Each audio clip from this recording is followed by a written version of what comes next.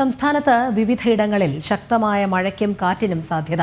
പാലക്കാട്, മലപ്പുറം, വയനാട് ജില്ലകളിൽ yellow alert പ്രഖ്യാപിച്ചു. ഈ ജില്ലകളിൽ വരും മണിക്കൂറിൽ ഇടിമിന്നലോടുകൂടിയ ശക്തമായ മഴയ്ക്കും കാറ്റിനും സാധ്യത എന്ന് കാലാവസ്ഥാ നിരീക്ഷണ കേന്ദ്രം അറിയിച്ചു. ശ്രീനന്ദ ചേരുന്നു. ശ്രീനന്ദ, സംസ്ഥാനത്തെ മഴ മുന്നറിയിപ്പ് പ്രകാരമാണ്. രോഹിണി, സംസ്ഥാനത്ത് 3 ജില്ലകളിലാണ് ഇപ്പോൾ യെല്ലോ അലർട്ട് പ്രഖ്യാപിച്ചിരിക്കുന്നത്. പാലക്കാട്, മലപ്പുറം, വയനാട് എന്നീ ജില്ലകളിൽ മഴ മുന്നറിയിപ്പുകളുള്ളത്. ഒറ്റപ്പെട്ട ഇടങ്ങളിൽ അതിശക്തമായ ഇടിമിന്നലോട് കൂടിയ മഴയ്ക്കും അതുപോലെ തന്നെ കാറ്റിനുമുള്ള സാധ്യതകൾ ഉണ്ടെന്നാണ് കാലാവസ്ഥാ നിരീക്ഷണ കേന്ദ്രം ഇപ്പോൾ വ്യക്തമാക്കുന്നത്. ഈ 3 ജില്ലകളിൽ വരും മണിക്കൂറിൽ കള്ളക്കടൽ പ്രതിഭാസത്തിനുള്ള സാധ്യത, തീരപ്രദേശങ്ങളിൽ കള്ളക്കടൽ പ്രതിഭാസത്തിനുള്ള സാധ്യതയും അതുപോലെ തന്നെ കടൽക്കയറ്റത്തിനുള്ള സാധ്യതകളും തള്ളിക്കളയാനാകില്ല എന്നുകൂടി കാലാവസ്ഥാ നിരീക്ഷണ കേന്ദ്രം അറിയിക്കുന്നുണ്ട്.